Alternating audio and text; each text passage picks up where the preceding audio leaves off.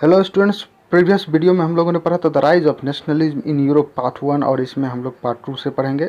लेकिन कुछ चीज़ों को पिछले वीडियोस की कुछ चीज़ों को रिवीजन कर लेते हैं। हम लोगों ने पिछले वीडियो में nation state nationalism, how nationalism emerge into France and spread into the whole Europe, इसके बारे में हम लोगों ने पढ़ा था। इसके बाद आज से हम लोग नेपोलियन और नेपोलियनिक कोड और सिविल कोड ऑफ 1804 से हम लोग आगे पढ़ेंगे। प्रीवियस वीडियो में हम लोगों ने पढ़ा था फ्रेडरिक सोर्यू ने 4 पेंटिंग की एक सीरीज बनाई थी, the dream of world wide democratic and social Republic, और उसमें से एक पेंटिंग है यहाँ द पैक्ट बिटवीन नेशंस।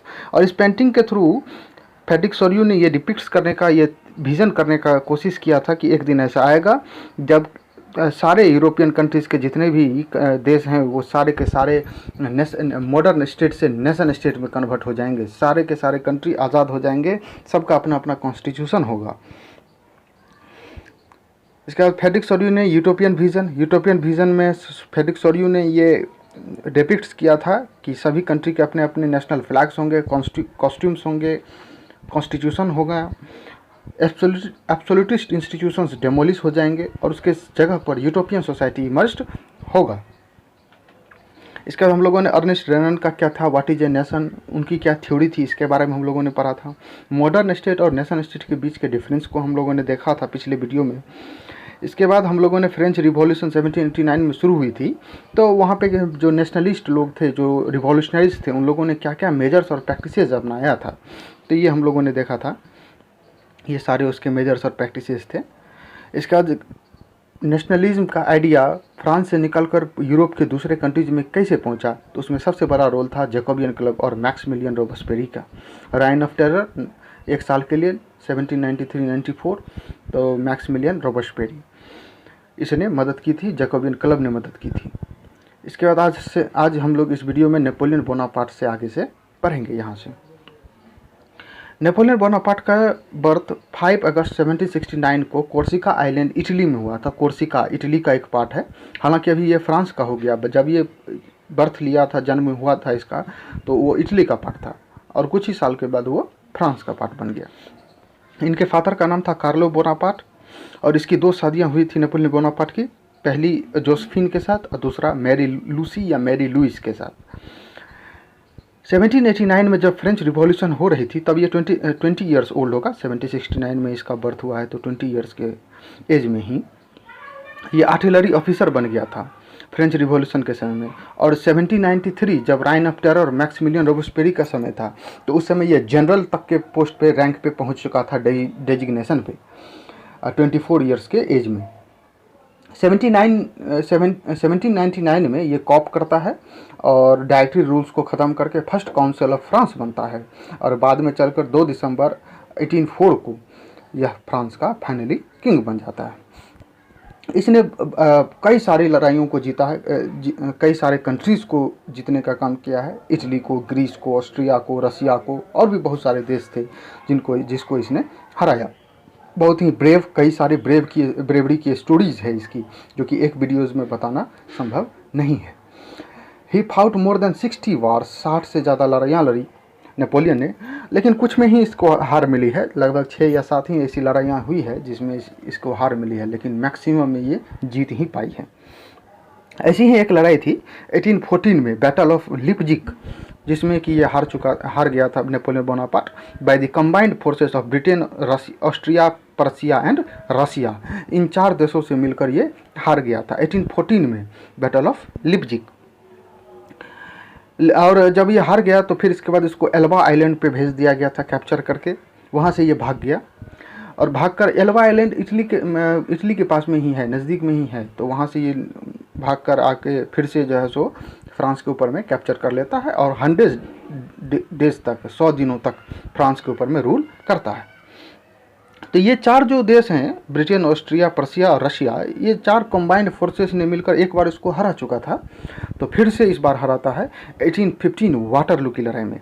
तो 1815 वाटरलू ये बेल्जियम के पास में है, तो यहाँ पर इसकी हार हो जाती है 1815 में और वाटरलू की लड़ाई में, और इस तरीके से ये इस बार जो हारता है तो ये हमेशा के लिए हार जाता है। और इस बार इसको सेंट हेलेना आइलैंड, जो कि यूके का एक पार्ट था, हालांकि ये साउथ अटलांटिक में है, साउथ अफ्रीका के नीचे में आप देखेंगे साइड में, तो वहाँ भेज देता है काफ़ी दूर, और वहाँ से भागना मुश्किल। तो वो सेंट हेलेना आइलैंड पे इसको कैद कर दिया जाता है, और यह वहाँ पर 5 मई 1821 को इसकी डेथ हो जाती है ड्यू टू स्टोमक कैंसर के कारण।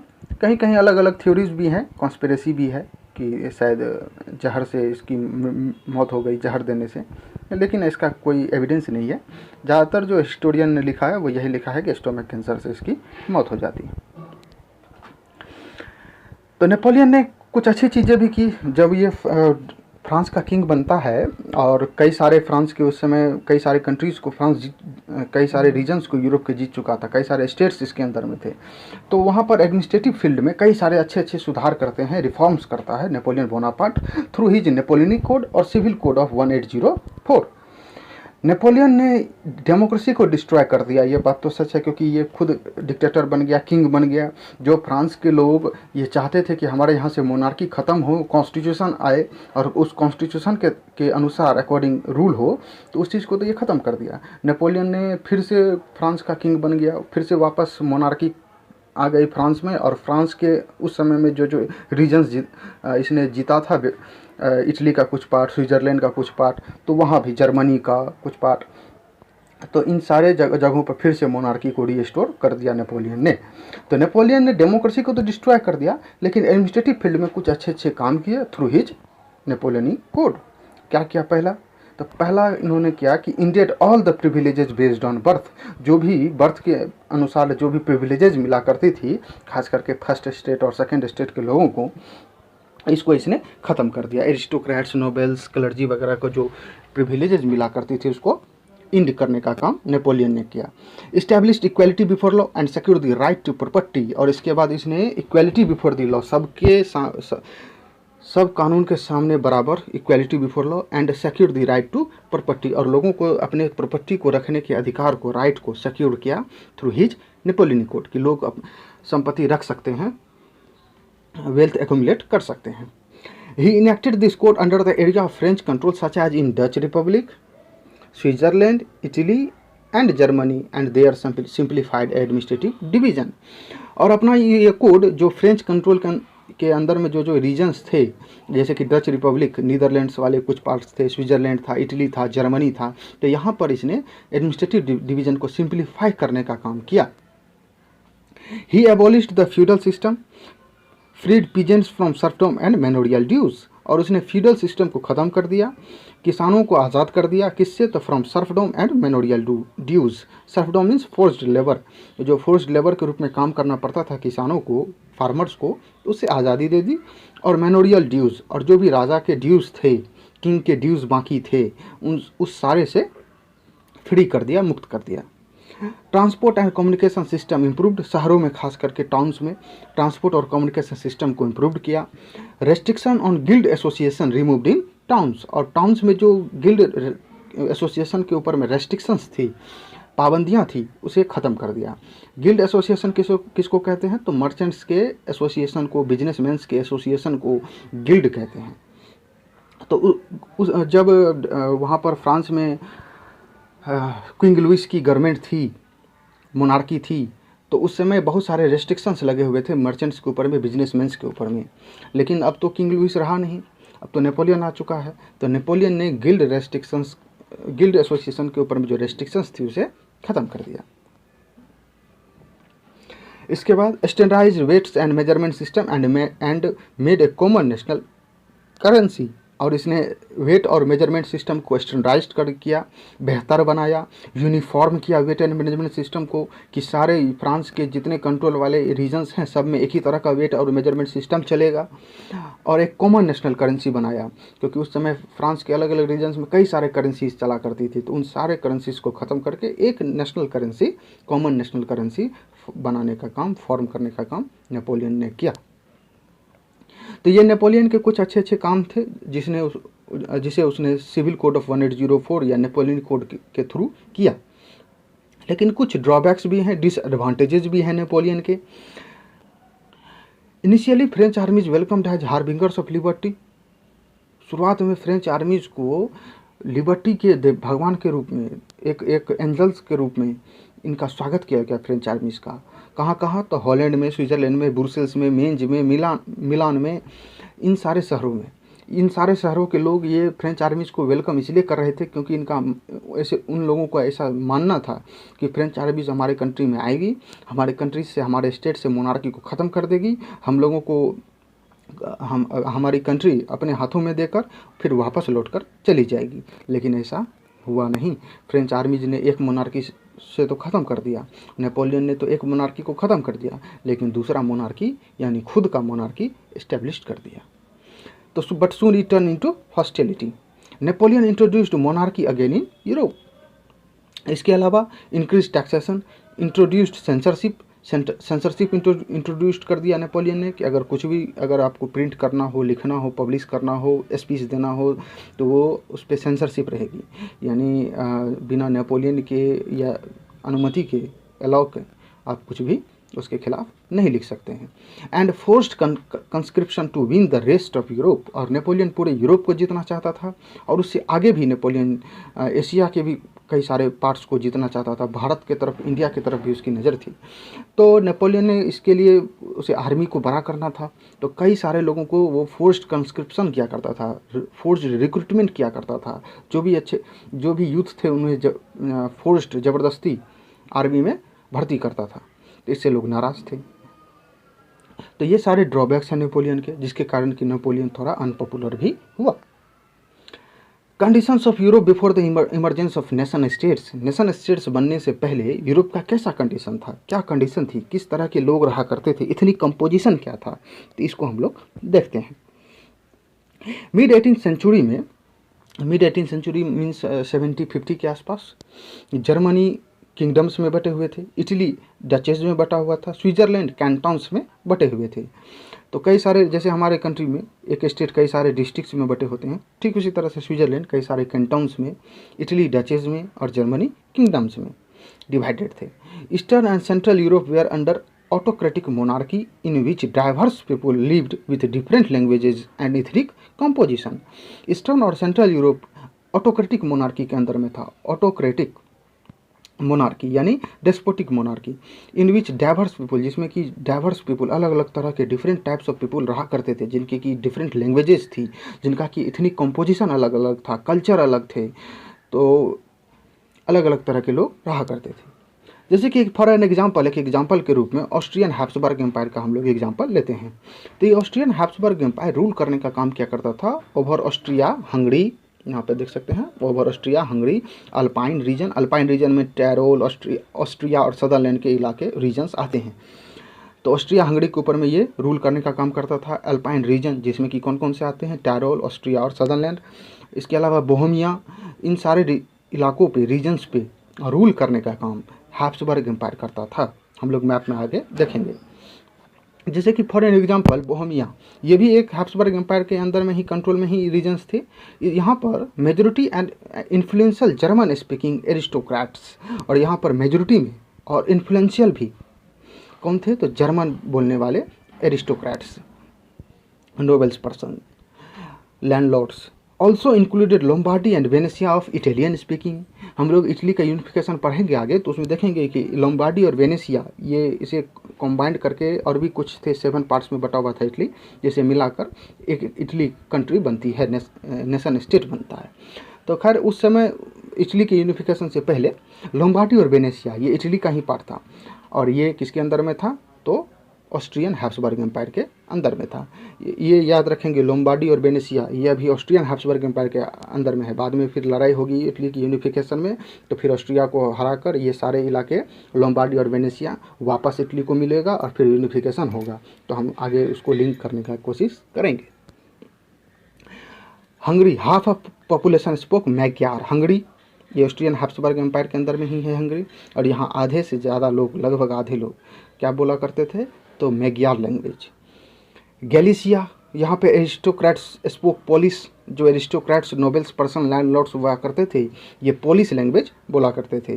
लार्ज नंबर ऑफ पीजेंट्स, ये कहाँ रहा करते थे, तो बोहेमियंस एंड स्लोवाक्स, ये नॉर्थ में रहा करते थे।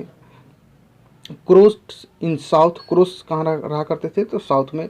रोमन्स इन द ईस्ट इन ट्रांससिल्वेनिया, और रोमन्स ईस्ट की तरफ ट्रांससिल्वेनिया वाले इलाके में रहा करते थे। तो हम देखते हैं सबको मैप में कहाँ कहाँ है। ये जो आप रेड कलर का इस तरह से देख रहे हैं, ये 39 स्टेट्स ऑफ जर्मन कॉन्फेडरेशन है। यहाँ 39 स्टेट्स हैं जर्मन के, जो अलग अलग बटे हुए हैं। फिर बाद में जर्मनी का यूनिफिकेशन होगा तो सब मिलकर एक बनेगा जर्मन कंट्री, जर्मन नेशन। तो ये जर्मनी का है। लेकिन ऑस्ट्रियन हैब्सबर्ग एम्पायर आप देख सकते हैं कि जर्मनी, ये है ऑस्ट्रियन हैब्सबर्ग एम्पायर, ये है ऑस्ट्रियन हैब्सबर्ग एम्पायर। ठीक, कुछ जर्मनी के भी इसके रीजन्स ऑस्ट्रियन हैब्सबर्ग एम्पायर के अंदर में है। तो यहाँ पर गैलिसिया एरिस्टोक्रेट्स स्पोक पोलिश, जो गैलिसिया वाले इलाके हैं उसमें एरिस्टोक्रेट्स कौन सा लैंग्वेज बोला करते थे, तो पोलिश। यहाँ आप देख सकते हैं ये है गैलिसिया, देखिए पोलैंड, ये है पोलैंड, किंगडम ऑफ पोलैंड, इसके नज़दीक में है ना ये गैलिसिया। तो यहाँ पे पोलिश लैंग्वेज बोला करते थे। और ये किसके अंदर में है, ऑस्ट्रियन हैब्सबर्ग एम्पायर के अंदर में। लार्ज नंबर ऑफ पीजेंट्स जैसे कि बोहेमियंस एंड स्लोवाक्स, ये नॉर्थ में रहा करते थे। तो आप यहाँ पे देख सकते हैं कि ये ऑस्ट्रियन हैब्सबर्ग एम्पायर है। और ऑस्ट्रियन है, यहाँ पे देख सकते हैं बोहेमियंस, बोहेमिया लिखा हुआ है, ये बोहेमियंस ये रहा करते थे। ये लोग किसान थे, पीजेंट्स थे। क्रोट्स इन साउथ, यहाँ क्रोएशिया है, देखिए क्रोएशिया एक कंट्री है और यहाँ के रहने वाले लोग को क्रोट्स कहा जाता है। तो ये साउथ में रहा करते थे। रोमन्स इन द ईस्ट इन ट्रांससिल्वेनिया, यहाँ पे देखिए ट्रांससिल्वेनिया है, ये है ट्रांससिल्वेनिया। तो यहाँ पर रोमन्स रहा करते थे। तो ये देखिए ऑस्ट्रियन हैब्सबर्ग एम्पायर में कितना इथनिक कंपोजिशन है, कितने डिफरेंट तरह के लोग रहा करते हैं, जो अलग, जिनका कि कल्चर अलग है, लैंग्वेजेस अलग हैं। लेकिन इतना सारा डिफरेंसेस होने के बावजूद भी इन सब में एक पॉलिटिकल यूनिटी थी। ये सभी लोग एक साथ बंधे हुए थे, इतने सारे अलग होने के बावजूद भी। वो क्यों, तो वो बने हुए थे इस तरीके से, their allegiance to the empire of Austrian Habsburg empire, अपने अपने राजा के प्रति निष्ठा, भक्ति। तो इसी के यही एक चीज़ थी जो सभी लोगों को एक साथ जोड़ती थी, वरना सभी लोग अलग अलग थे। इसके अलावा और भी उस समय यूरोप में कई सारे एम्पायर्स थी, जैसे कि रशियन एम्पायर, ओटोमन एम्पायर, जिसका कि सेंटर टर्की था। यहाँ आप देख सकते हैं थोड़ा सा ओटोमन एम्पायर है, ये नीचे में है टर्की, इसके नीचे में इधर। तो इधर Ottoman empire. Kingdom of Spain इधर है, आपको किंगडम ऑफ स्पेन इधर नज़र आएगा, किंगडम ऑफ स्पेन। पोप्स, कई सारे इलाके थे, जैसे कि यहाँ पे देख सकते हैं पेपल स्टेट्स वगैरह, ये इटली का, ये सारे पोप्स के अंदर में ही थे। Kingdom of Netherlands, kingdom of Netherlands अलग चला करता था, यहाँ पे देख सकते हैं किंगडम ऑफ यूनाइटेड नीदरलैंड्स यहाँ पे। तो यूरोप के अलग अलग रीजन्स में अलग अलग का रूल चला करता था। यहाँ देखिए पर्सिया, ये प्रूशिया है, यह पर्सिया देखेंगे कि ज़्यादातर जितने भी ये ग्रीन वाले रीजन्स हैं ये सारे पर्शिया के अंदर में हैं। और आप देख सकते हैं कि ये जो रेड करके ड्रॉ है, घेरा हुआ है, इसके अंदर में बहुत सारे इसमें 39 कॉन्फेडरेशन ऑफ जर्मन स्टेट्स। तो इसके मोस्टली पार्ट्स जो हैं वो पर्शिया के अंदर में ही था। देखिए ग्रीन वाले जितने भी रीजन्स देख रहे हैं, यहाँ भी थोड़ा सा ग्रीन है, तो ये सारे पर्शिया के ही पार्ट्स थे। और बाद में पर्शिया के इनिशिएटिव पर ही जर्मन का यूनिफिकेशन होगा, तो हम लोग आगे पढ़ेंगे। तो यह है किंगडम ऑफ यूनाइटेड नीदरलैंड्स, उसके ऊपर में ब्रिटेन है, ये फ्रांस है, बीच में इंग्लिश चैनल है, ये फ्रांस है, इसके इधर स्पेन है। ये है आपको क्रोशिया, जहाँ पे कोर्सिका, जहाँ पे नेपोलियन का जन्म हुआ था, ये है कोर्सिका।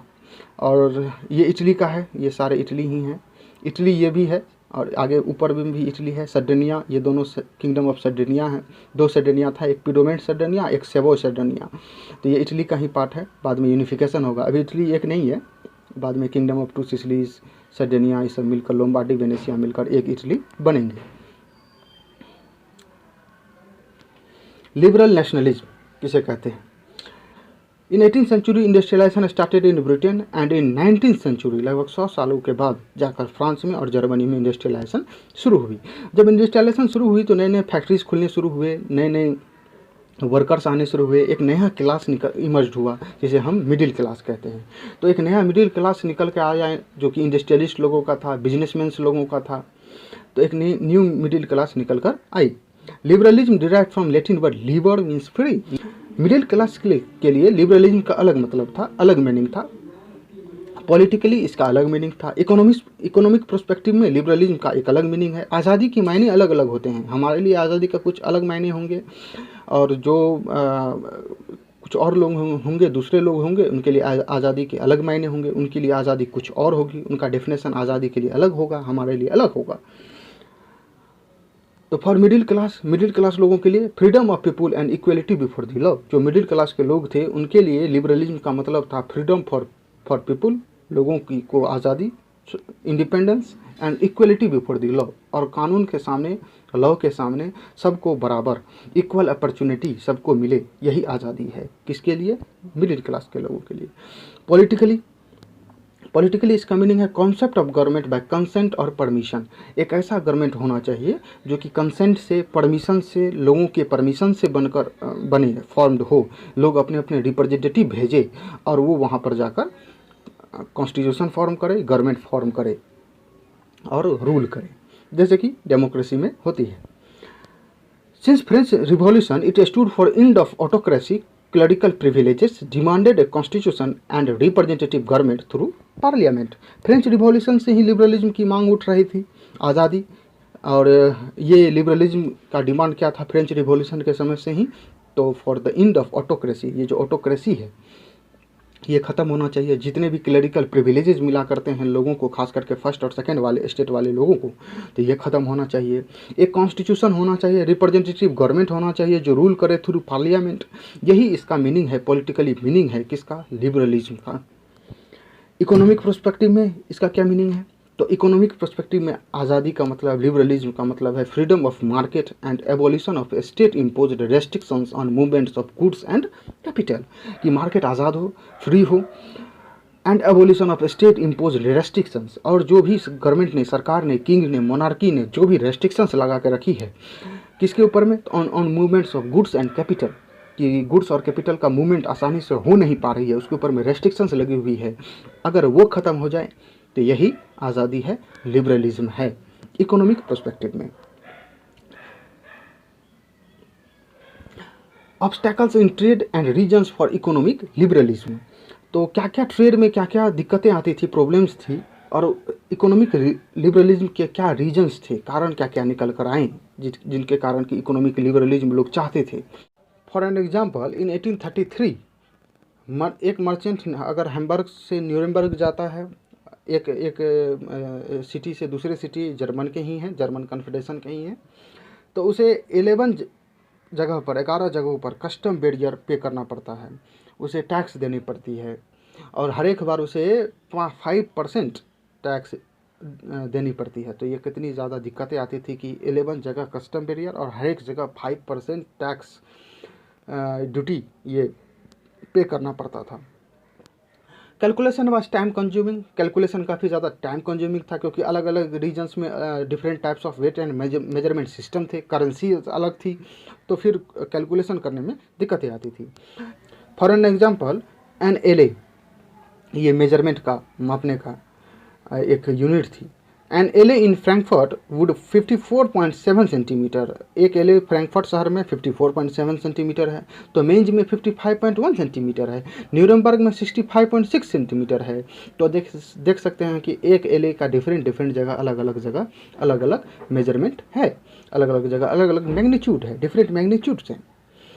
फॉर एग्जांपल, जैसे कि एक मीटर का, अगर किसी शहर में 1 मीटर का मतलब 80 सेंटीमीटर हो, किसी शहर में 1 मीटर का मतलब 100 सेंटीमीटर हो, और कहीं 50 सेंटीमीटर हो, तो फिर गुड्स का मूवमेंट काफ़ी मुश्किल हो जाएगी, टाइम कंज्यूमिंग होगा कैलकुलेशन करना कि 50 सेंटीमीटर मीन्स 1 मीटर, तो कहीं 1 मीटर 100 सेंटीमीटर मीन्स 1 मीटर, तो काफ़ी ज़्यादा कैलकुलेशंस में दिक्कतें आएंगी। तो यही प्रॉब्लम्स वहाँ भी हो रही थी।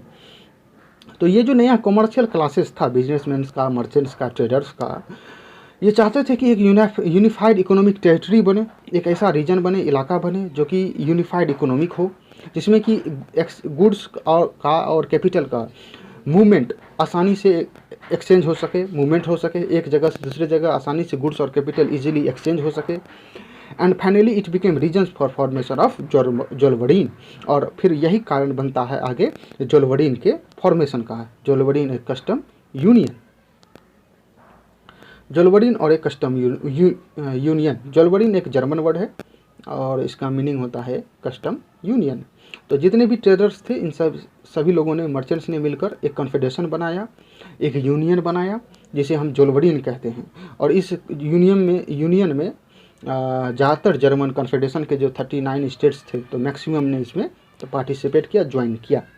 इट वॉज फॉर्म्ड इन 1834, ये 1834 में बना था जोलबरीन, एक custom union at the initiative of Persia, ये पर्सिया के इनिशिएटिव पे, क्योंकि ज़्यादातर रीजन्स तो पर्सिया के रीजन्स में थे और पर्सिया चाहता था कि एक यूनिफाइड अगर इकोनॉमिक टेरिटरी हो तो इससे बिजनेस करना आसान होगा, गुड्स का कैपिटल का मूवमेंट ईजी हो पाएगी। दिस यूनियन एबोलिश्ड कस्टम, और ये यूनियन ने कस्टम्स को एबोलिश कर दिया कि एक शहर से दूसरे शहर, फ्रैंकफर्ट से अगर आपको किसी को न्यूरेमबर्ग या हैम्बर्ग जाना हो तो कस्टम बैरियर्स नहीं लगेंगे। एंड टेरिफ बैरियर्स, और जितने भी टैक्सेस लगा करते थे वो भी ख़त्म कर दिए। And reduce the number of currency from 30 to 2, और उस समय 30 करेंसी चला करती थी। 39 स्टेट्स हैं, 30 से ज़्यादा करेंसी चला करती थी, सब स्टेट्स के अपने अपने छोटे छोटे शहर के अपने अपने करेंसी।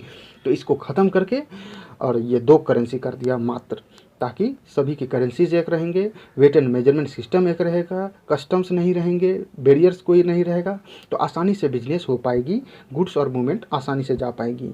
और यही इकोनॉमिक लिबरलिज्म का एग्जाम्पल है। ट्रीटी ऑफ वियना 1815 में वाटरलू की लड़ाई में नेपोलियन बोनापार्ट हार जाता है, और इसके बाद हम लोगों ने पढ़ा कि उसे सेंट हेलेना आइलैंड पे भेज दिया जाता है। तो Napoleon defeated by combined European powers Britain, Russia, Prussia and Austria in battle of Waterloo in 1815। और ये जितने भी यूरोपियन पावर्स जीते हुए थे, ये सभी लोग वियना, ऑस्ट्रिया का एक शहर है वियना, यहाँ पे सारे लोग मीटिंग करते हैं, बैठते हैं for the settlement of Europe, की यूरोप को फिर से सेटलमेंट किया जाए। And this congress was hosted, congress means meeting, and this congress was hosted by Austrian chancellor duke मैनरिक। तो बहुत ही फेमस नाम है, इसे याद रखेंगे, ड्यूक मैनरिक। तो इसी ने इस मीटिंग को होस्ट करने का काम किया था। और ऑस्ट्रिया खुद जीता हुआ था, तो सारे जीते हुए देश के लोग, सारे जीते हुए कंट्रीज़ के पावर्स रिप्रेजेंटेटिव्स यहाँ पर वियना में मीटिंग किए। नेपोलियन भी इसमें था, यहाँ पे हम देख सकते हैं कि बीच में नेपोलियन बैठा हुआ है, यहाँ पे आप देख सकते हैं। और इससे सारे इलाके सब अपने अपने बांट रहे हैं, इससे ले रहे हैं, क्योंकि ये हार चुका है नेपोलियन। तो विनिंग पावर्स सारे यहाँ वियना, ऑस्ट्रिया में सेटलमेंट ऑफ यूरोप के लिए बैठे, और सभी ने यूरोप को फिर से डिवाइडेड कर लिया, आपस में बांट लिया। और इस मीटिंग को होस्ट करने का काम किसने किया था? तो ऑस्ट्रियन चांसलर ड्यूक मैनरिक ने। इस मीटिंग का ऑब्जेक्टिव क्या था, उद्देश्य क्या था? Undo the changes done by Napoleon and restore monarchy, उन सारे बदलाव को बदल देना, उन सारी चीज़ों को बदल देना जो नेपोलियन ने किए थे, और फिर से मोनार्की को रीस्टोर करना। और ये लोग नेपोलियन के खिलाफ थे, अगेंस्ट थे। ये सारे लोग, ये जितने भी कंट्रीज़ हैं, ब्रिटेन, रसिया, पर्सिया, ऑस्ट्रिया, ये सारे कंजर्वेटिव्स थे, और इनका मानना था कि ब्रिटेन में ये फ्रांस में जो ये नेपोलियन की गवर्नमेंट है, नेपोलियन का रूल है, इसको ख़त्म कर दिया जाए और यहाँ फिर से बॉर्बन डायनेस्टी को रीस्टोर कर दिया जाए, फिर से बॉर्बन डायनेस्टी को लाया जाए। तो इसलिए इन लोगों ने फिर से जब नेपोलियन हार गया तो अगेन बॉर्बन डायनेस्टी को रीस्टोर कर दिया पावर में। State were set up on the boundaries of France to prevent French expansion in future. France के चारों ओर नए नए स्टेट्स बना दिए गए ताकि फ्रांस आगे अपना बाउंड्री को एक्सपेंड नहीं करे। जैसे कि for example the kingdom of Netherlands with Belgium was setup in north. Kingdom of Netherlands, उसमें बेल्जियम को ऐड कर दिया गया, बेल्जियम को दे दिया किंगडम ऑफ नीदरलैंड्स में, और उसे नॉर्थ में, फ्रांस के नॉर्थ में यानी ऊपर में सेटअप कर दिया। Genoa was added to Piedmont in south, और फ्रांस के साउथ में जेनेवा को पिडोमेंट में जोड़ दिया गया, फ्रांस को चारों तरफ से घेर दिया गया। Persia got new territories on its west and a portion of Saxony, और पर्सिया अपने वेस्ट में नई टेरिटरीज को पाया, और कुछ इलाके सैक्सोनी के कुछ रीजन्स ये भी पर्सिया को मिला। तो हम यहाँ पे देख सकते हैं फॉर एन एग्जांपल कि ये पर्सिया है, और ये पर्सिया के वेस्ट वाला जो ये वाला जो पार्ट है, ये रीजन है, ये पहले फ्रांस के अंदर में था। ये इस मीटिंग में 1815 की वियना कांग्रेस, इसमें जो है सो ये वेस्ट वाला पार्ट पर्सिया को मिला, और कुछ पोर्शन सैक्सोनी का यहाँ पे आप देखेंगे तो यहाँ सैक्सोनी है, सैक्सोनी के कुछ रीजन्स पर्सिया को मिले। जैसे कि वेस्ट में राइनलैंड एंड वेस्टफेलिया, यहाँ देख सकते हैं वेस्टफेलिया और राइनलैंड, ये फ्रांस का ही अंदर में था। ये दोनों अब किसको हो गए, किसको मिल गए? पर्सिया को, क्योंकि ये जीता हुआ था Persia. Austria got control over northern Italy, Austria northern Italy के ऊपर में कंट्रोल किया। जैसे नॉर्दर्न इटली का ये वाला देखिए, यहाँ पर आप देख सकते हैं कि ये ऑस्ट्रियन हैब्सबर्ग एम्पायर है, और यहाँ तक आ चुका है ना। तो ये नॉर्दर्न इटली का पार्ट है, यहाँ पर लोम्बार्डी और वेनेसिया यहीं पे हैं। तो ये किसको मिल गया? ऑस्ट्रिया को। Russia was given part of Poland, Russia को पोलैंड का कुछ पार्ट दिया गया कि यहाँ पे है किंगडम ऑफ पोलैंड और ये है रशिया पूरा, और ये है किंगडम ऑफ पोलैंड। ये किसको दे दिया गया? रशिया को। रशिया जीता हुआ था तो ये अपना ले लिया। The German confederation of 39 states left untouched but most of its part was under Persia. और जर्मन कॉन्फेडरेशन के जो 39 स्टेट्स थे इसे लेफ्ट अनटच्ड, इसे नहीं बांटा गया, इसे ऐसे ही छोड़ दिया गया, क्योंकि ज़्यादातर पार्ट तो उस समय भी पर्सिया के अंदर में ही था। पर्सिया चाहता भी नहीं कि हमारा जो अंदर का रीजन्स है वो बांट जाए, क्यों बढ़ जाए, वो तो खुद जीता हुआ है, तो वो अपना रीजन्स किसी को क्यों देगा? वो तो जीतने वाले जो 4 पावर्स हैं, विनिंग पावर्स, उसमें तो एक पर्सिया भी है। ए न्यू कंजर्वेटिज्म आफ्टर 1815, और 1815 के बाद एक नया कंजर्वेटिज्म निकल कर आया, तो वो क्या होती है हम लोग समझते हैं। कंजर्वेटिव किसको कहते हैं? A political philosophy believe in importance of traditional institution of state and society like monarchy, church, social hierarchy and preferred gradual change rather than quick. एक ऐसा पॉलिटिकल फिलोसफी जिसमें कि ये विश्वास करता हो किस चीज़ में? तो इम्पोर्टेंस ऑफ ट्रेडिशनल इंस्टीट्यूशंस, जो पुराने ट्रेडिशनल इंस्टीट्यूशंस हैं जैसे कि state and society like monarchy, जैसे कि church, social hierarchy, higher class, lower class, इन सारी चीज़ों में बिलीव करता हूँ जो लोग, उन्हें कंजर्वेटिज्म कहा जाता है। और इस आइडिया को, इस फिलॉसफी को कंजर्वेटिज्म कहा जाता है। और ये कंजर्वेटिज्म में जो लोग होते हैं विचार वाले, कंजर्वेटिव विचार वाले, जिन्हें क्या कहा जाता है? कंजर्वेटिव्स।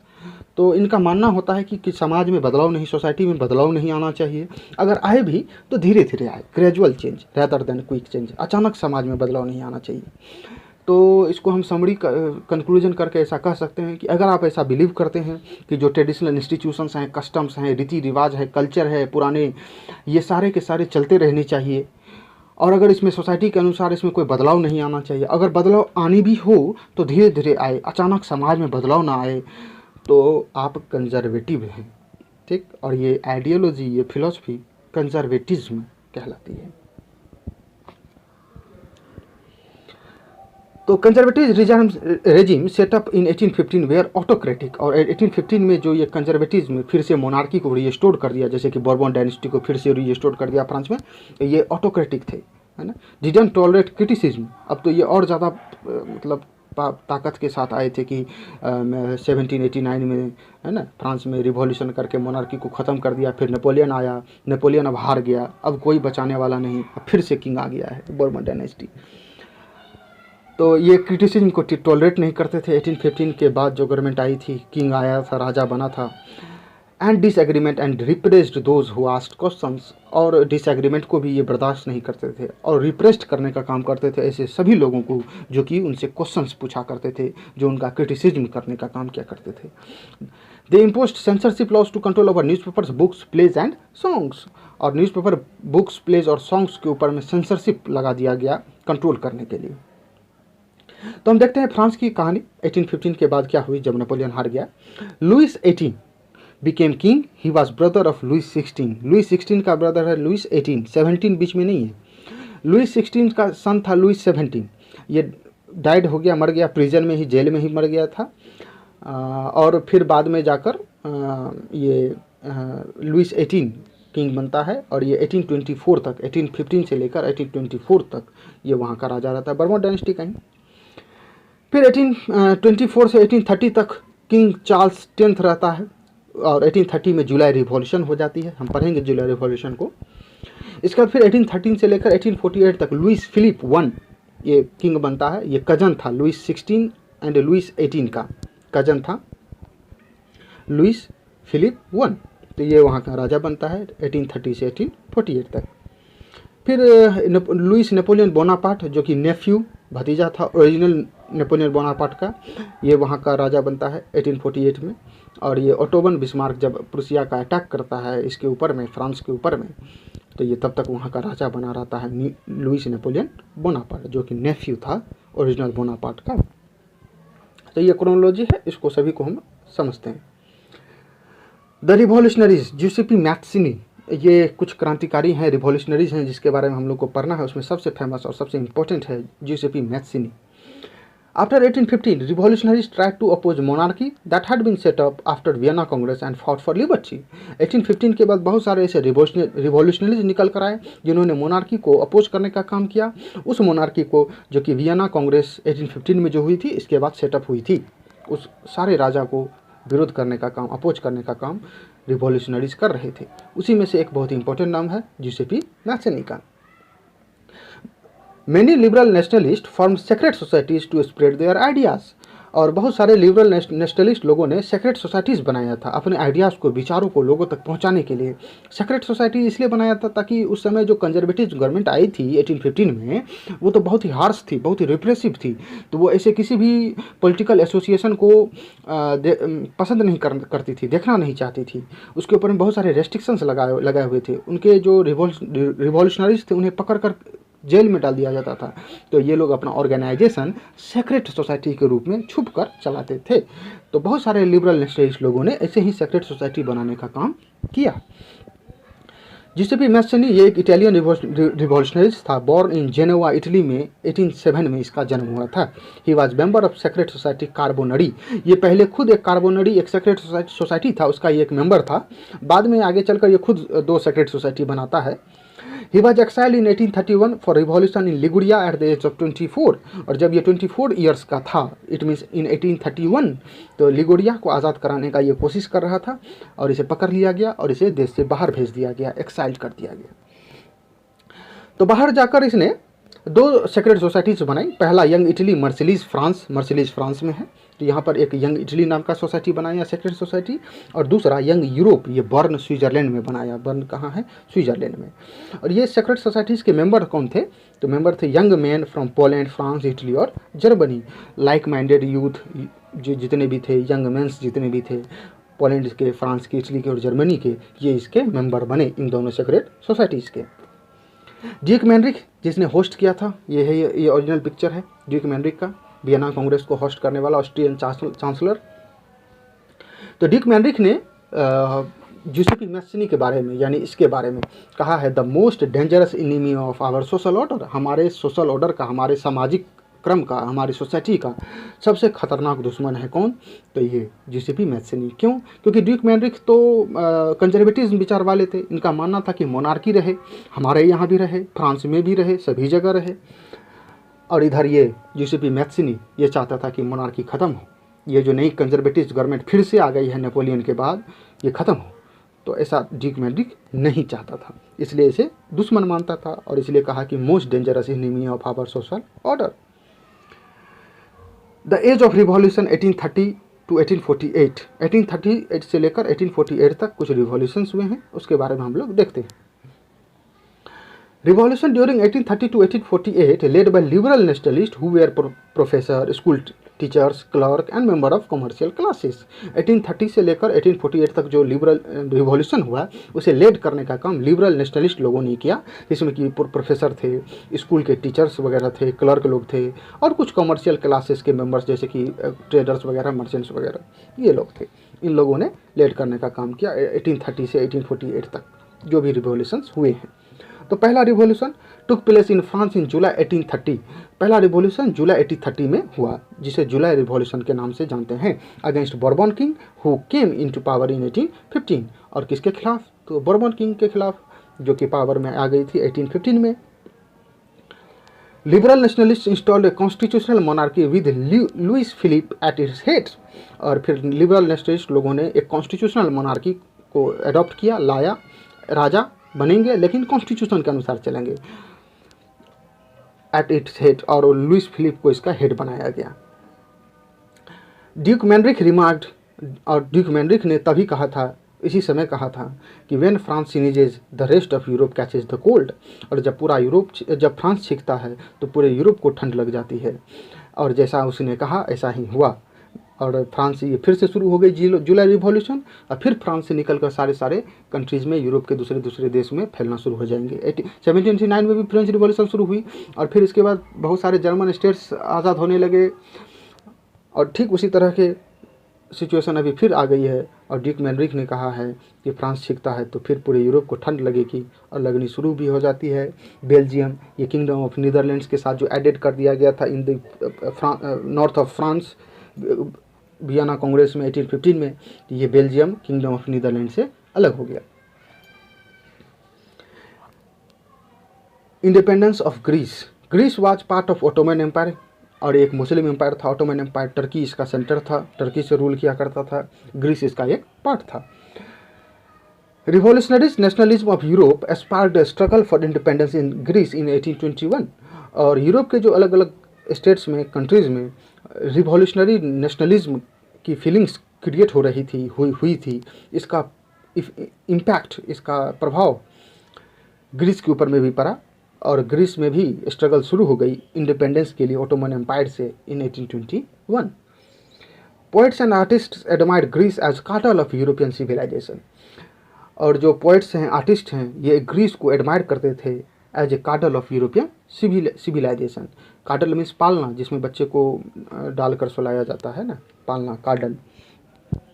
तो यूरोपियन सिविलाइजेशन का कैपिटल है कौन? तो ग्रीस, ऐसा मानना था पोइट्स का और आर्टिस्ट का। और ये बात कुछ हद तक सही भी है।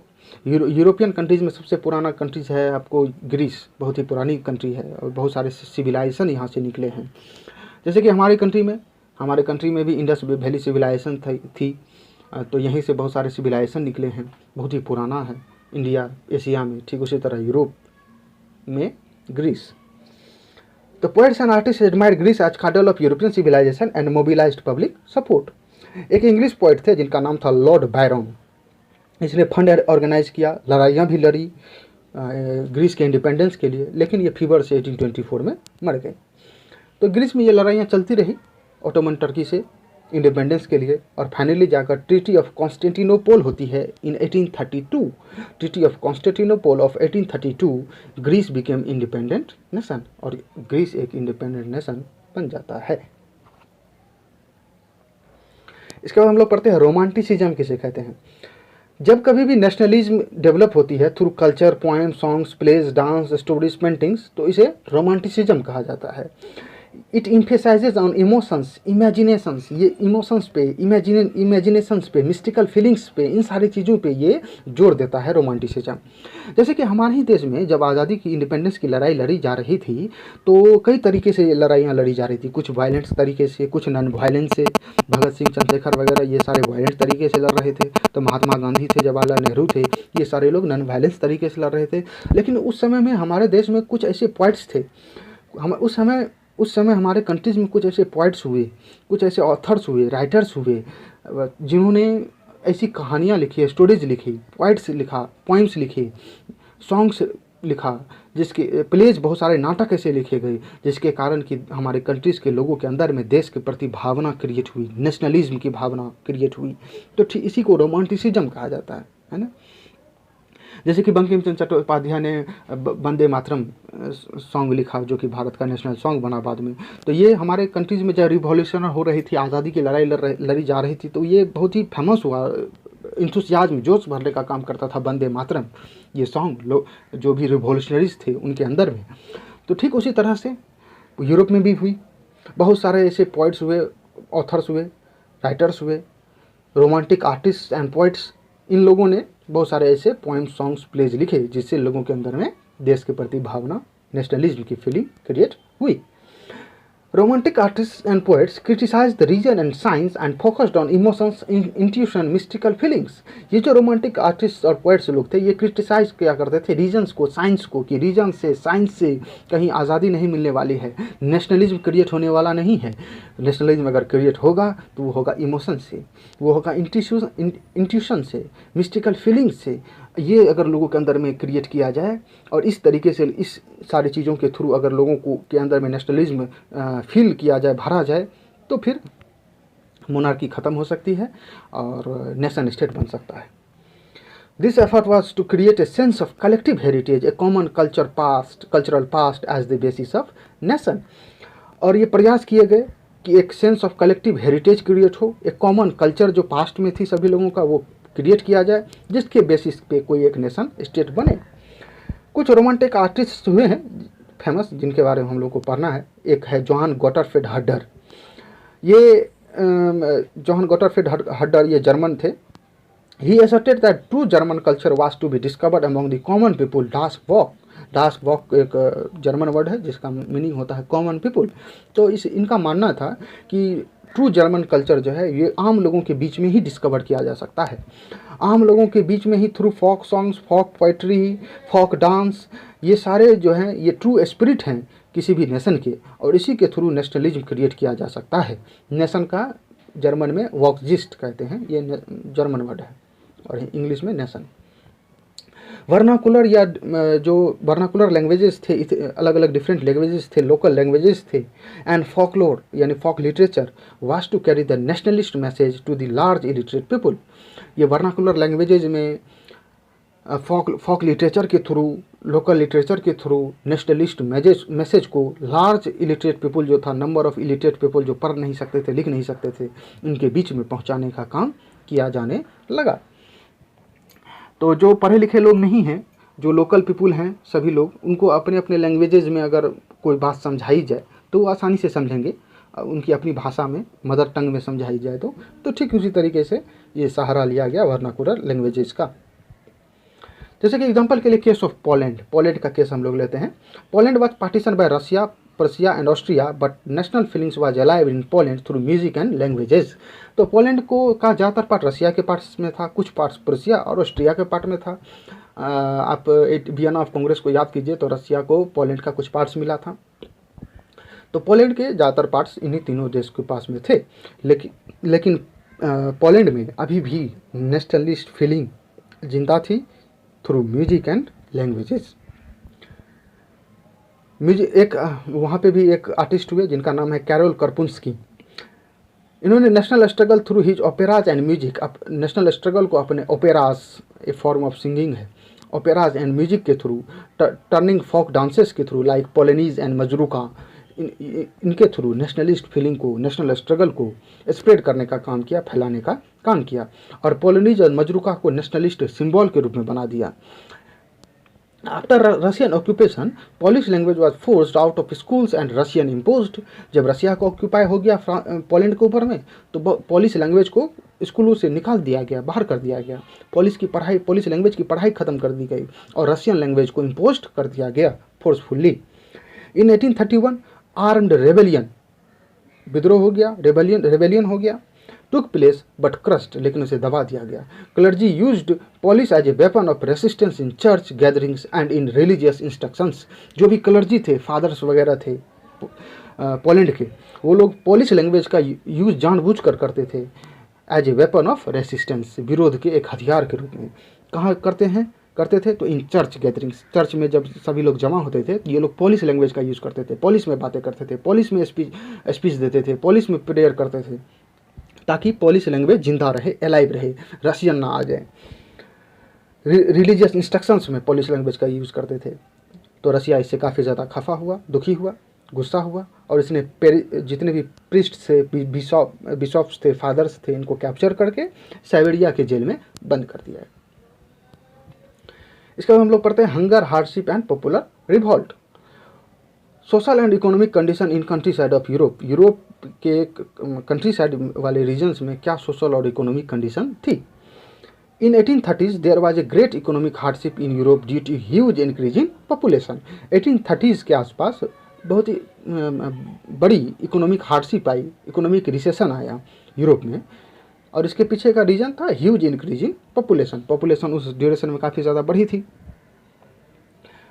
मोर job seekers than employment, job खोजने वाले ज़्यादा थे दैन एम्प्लॉयमेंट, जितना रोजगार नहीं था। People migrated from villages to cities in overcrowded slums, लोग गांव से माइग्रेट करके शहरों में आ रहे थे काम के तलाश में, और ये स्लम्स में रहा करने लगे, और जो स्लम्स थी, झुग्गी झोपड़ियाँ, ये भरने लगी, ओवर क्राउडेड होने लगी, क्योंकि इतने लोग माइग्रेट करके आ रहे थे गाँव से शहर। Small producers in town of other countries had to face a strong competition from machine-made cheap goods from England, especially in textile.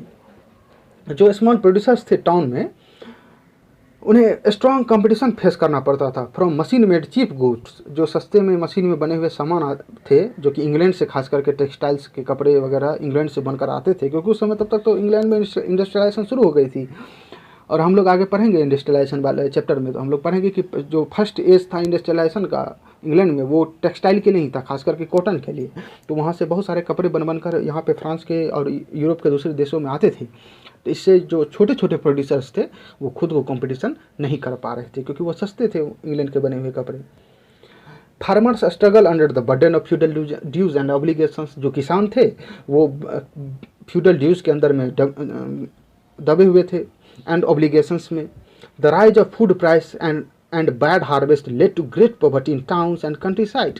और जब चीज़ों की दाम बढ़ रही थी, the rise of food price और बैड हार्वेस्ट, और कभी अगर बैड हार्वेस्ट हो गया, चाहे विंटर आने के कारण, सेवर विंटर आने के कारण क्रॉप फेलियर हो गया, तो फिर इससे ग्रेट पॉवर्टी, बहुत बड़ी पॉवर्टी आती थी, populism in towns and country side, towns में भी और कंट्री साइड में भी।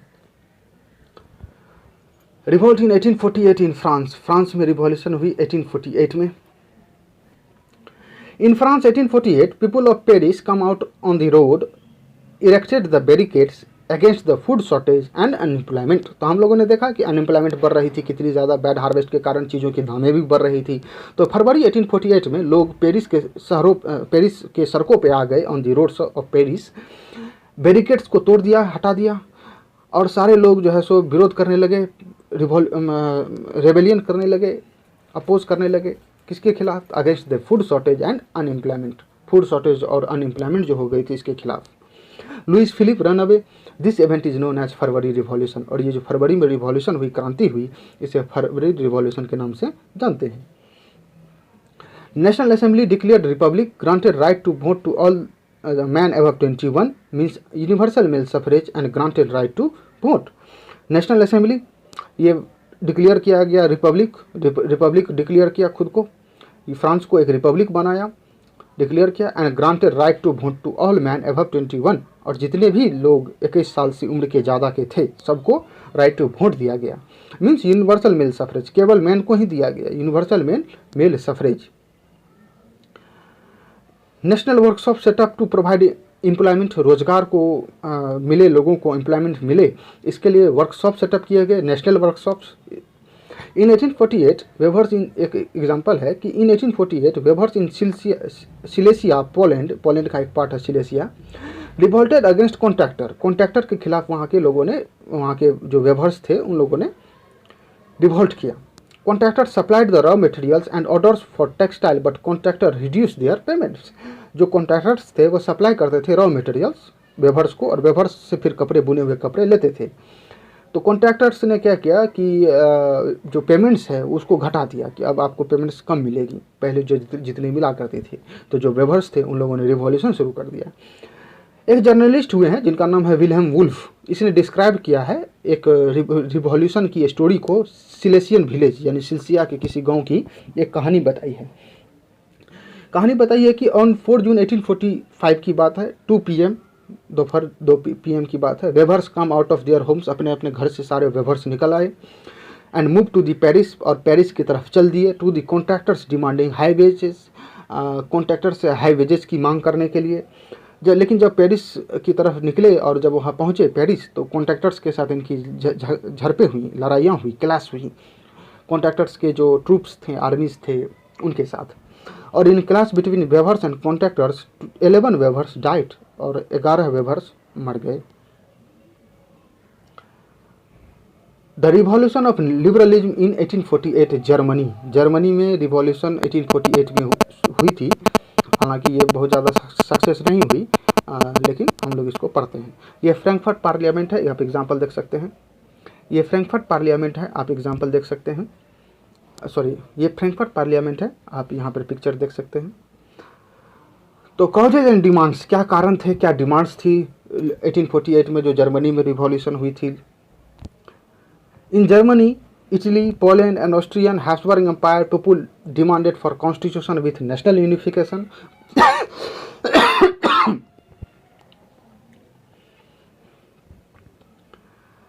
Causes and demands. In Germany, Italy, Poland and Austrian Habsburg Empire, people demanded for constitution with national unification, parliament and freedom of press. तो Germany में, Italy में, Poland में, Austrian Habsburg empire में लोग demand कर रहे थे कॉन्स्टिट्यूशन का, नेशनल यूनिफिकेशन का, कि जितने भी जर्मन बोलने वाले लोग हैं वो अलग अलग रीजन्स में रह रहे हैं, सबको मिलाकर एक जर्मन नेशन बनना चाहिए, इटली का यूनिफिकेशन होना चाहिए, पार्लियामेंट होना चाहिए, फ्रीडम ऑफ प्रेस, स्पीच होना चाहिए, ये सारी डिमांड्स की जा रही थी। रिजल्ट क्या हुआ है? Many political association of middle class professionals, businessmen, artisans gathered in Frankfurt and decided to vote for German National Assembly। और इसका रिजल्ट ये हुआ कि बहुत सारे पॉलिटिकल एसोसिएशन बने मिडिल क्लास लोगों के, जिसमें कि प्रोफेशनल्स थे, बिजनेसमैन थे, आर्टिस्ट लोग थे, और ये सभी लोग, फ्रैंकफर्ट शहर है जर्मनी का और यहाँ पार्लियामेंट है, तो यहाँ पर सभी लोग जमा हुए और इन लोगों ने डिसाइड किया कि जर्मन नेशनल असेंबली के लिए वोट किया जाए, जर्मन नेशनल असेंबली फॉर्म किया जाए, बनाया जाए। तो ऑन 18 मई 1848 831 इलेक्टेड रिप्रेजेंटेटिव चुनकर आए, अलग अलग रीजन से आए जर्मन नेशनल असेंबली बनाने के लिए, and March two Frankfurt parliament. और फ्रैंकफर्ट पार्लियामेंट की और ये सारे लोग मार्च किए।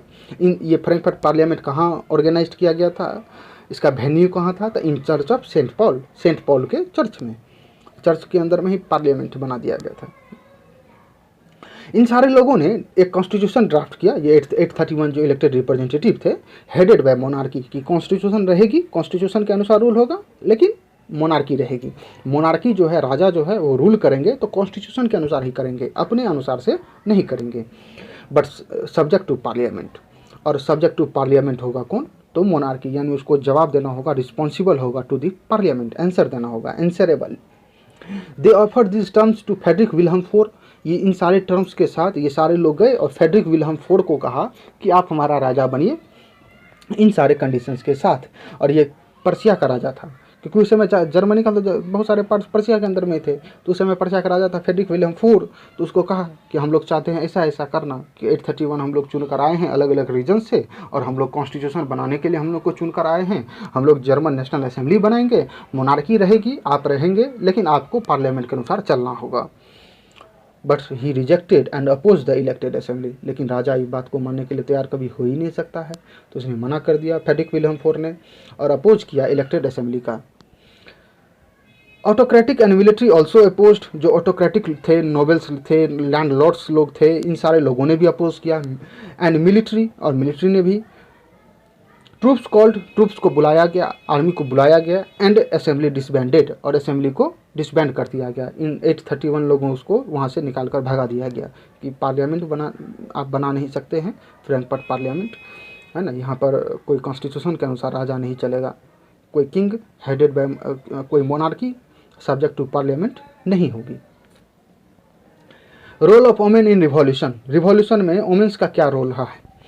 तो large number of women participated actively but couldn't get political right to vote. बहुत सारे वोमेन्स ने पार्टिसिपेट किया, एक्टिवली पार्टिसिपेट किया, लेकिन उनको कोई पॉलिटिकल राइट्स जैसे कि राइट टू वोट नहीं मिला। Women form political association, newspapers, took part in meetings and demonstrations. इन सारी चीज़ों में वोमेन्स ने पार्टिसिपेट किया, बट कुडंट गेट सफरेज, लेकिन सफरेज नहीं मिली, यानी राइट टू वोट नहीं मिले। इवन नेपोलियन ने इतने अच्छे से एडमिनिस्ट्रेटिव डिविजन्स किए हैं, रिफॉर्म्स किए, लेकिन इसके बावजूद भी even Napoleon did not grant them suffrage, और उन्हें सफरेज नहीं दिया, and left them under father और हस्बैंड, और औरतों को, वुमेन्स को अपने फादर या हस्बैंड के अंदर में छोड़ दिया। आउटकम ऑफ रिवॉल्यूशन 1848 का आउटकम क्या निकल के आया? A German nation building process failed. German को नेशन बनाने का जो ये प्रोसेस था, जर्मन का यूनिफिकेशन का एक प्रोसेस था, ये फेल हो गया। But autocratic monarchy of eastern and central Europe did some changes after 1848। लेकिन जो ऑटोक्रेटिक मोनार्की थी ईस्टर्न और सेंट्रल यूरोप की, जो डेस्पोटिक मोनार्की थी, इन लोगों ने कुछ बदलाव किए। ये लोग घबरा गए कि ये 1789 में फ्रांस में हुई, फिर 1815 में हुई फ्रांस में, 1830 में हुई फ्रांस में जुलाई रिवॉल्यूशन, फिर फरवरी रिवॉल्यूशन हुई। तो इतने सारे रिवॉल्यूशन हो रहे हैं, तो ये आगे चलकर और प्रॉब्लम्स ना क्रिएट करें, तो कुछ चेंजेस कर देते हैं। तो क्या क्या चेंजेस किया? In both Austrian Habsburg and Russian empire, Austrian Habsburg और रशियन एम्पायर में सर्फडम और बॉन्डेड लेबर को ख़त्म कर दिया। Habsburg granted more autonomy to the Hungary in 1867। 1867 में ऑस्ट्रियन हैब्सबर्ग एम्पायर ने थोड़ी सी ऑटोनॉमी, थोड़ी सी पावर हंगरी को दी। कंक्लूजन क्या निकलता है इससे? The initiative of German unification fail in 1848। 1848 में जो जर्मन यूनिफिकेशन का कोशिश किया, फ्रैंकफर्ट पार्लियामेंट बनाकर सेंट पॉल में 831 elected representative, headed by monarchy but constitutional monarchy and subject to parliament, answerable to parliament, ये फेल हो गई। एंड रिप्रेस्ड बाय मोनार्की, और इसे मोनार्की के द्वारा ख़त्म कर दिया गया, मिलिट्री के द्वारा ख़त्म कर दिया गया। लैंड ऑनर्स, जिन्हें जंकर्स कहा जाता था, पर्सिया के लैंड ऑनर्स को जंकर्स कहा जाता था, तो इन लोगों ने मिलकर ये नेशनल यूनिफिकेशन जो जर्मनी का 1848 में कोशिश हुई, इसे असफल कर दिया, अनसक्सेसफुल कर दिया, रिप्रेस कर दिया, दबा दिया। इसके बाद हम लोग यूनिफिकेशन ऑफ जर्मनी से नेक्स्ट वीडियो में हम लोग पढ़ेंगे। Unification of Germany, Italy, Britain, फिर बाल्कन रीजन की कुछ प्रॉब्लम्स हैं, एलिगरी किसको कहते हैं, और overall summary of the whole chapter, ये हम लोग नेक्स्ट वीडियो में पढ़ेंगे। Thank you for the watching. Thank you for the watching.